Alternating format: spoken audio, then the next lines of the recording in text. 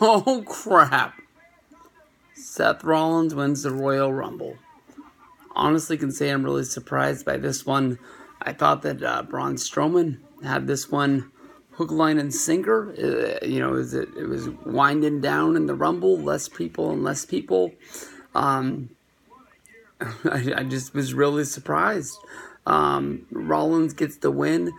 He gets the curb stomp on Braun Strowman, as Strowman was outside of the apron, and he fell to the floor. Rollins rolled back in. Rollins is going to be main eventing WrestleMania 35 in New York.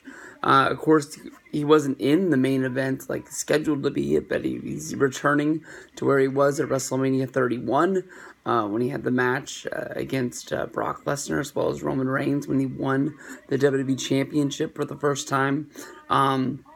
Rollins has had a good year, and honestly, Rollins was a lot of people's pick to win the Royal Rumble months ago. And I honestly thought that Seth sort of got cooled off a little bit, and I thought they were moving in the direction of Braun Strowman. So this, to me, honestly, is a real big surprise.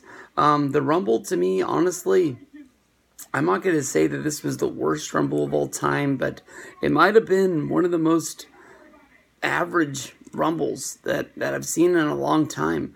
I can tell you that, honestly, I think the one thing it really boils down to is time. I feel like I've been sitting on this couch for as long as I was at work today just to watch WWE's Monday Night Raw.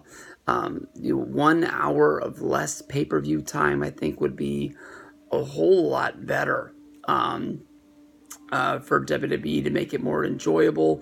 I know it would be hard to fit in there 2 Royal Rumble matches with the women's match as well as having the men's match, but maybe you can just make the Royal Rumble exclusive to the men and keep the Evolution show and have a Royal Rumble on that show.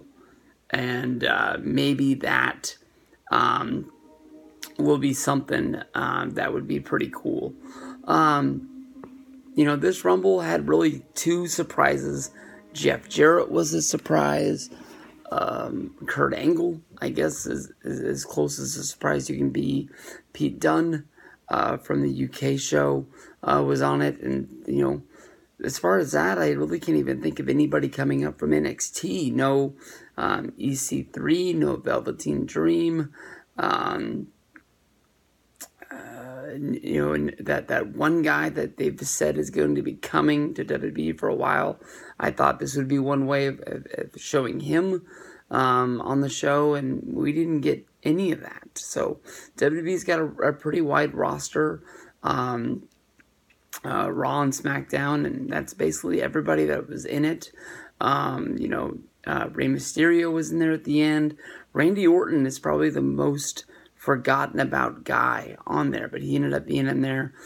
Biggest surprise of the night was R-Truth coming out at number 30, getting jumped by Nia Jax. Nia Jax would come into the ring, taking the spot. She eliminated Mustafa Ali. She got in some shots on a few other guys before Rey Mysterio hit her with a 619, and she ended up getting eliminated. So, honestly, time was the biggest thing here. Pretty good Rumble, but mostly average. And Seth Rollins going to WrestleMania.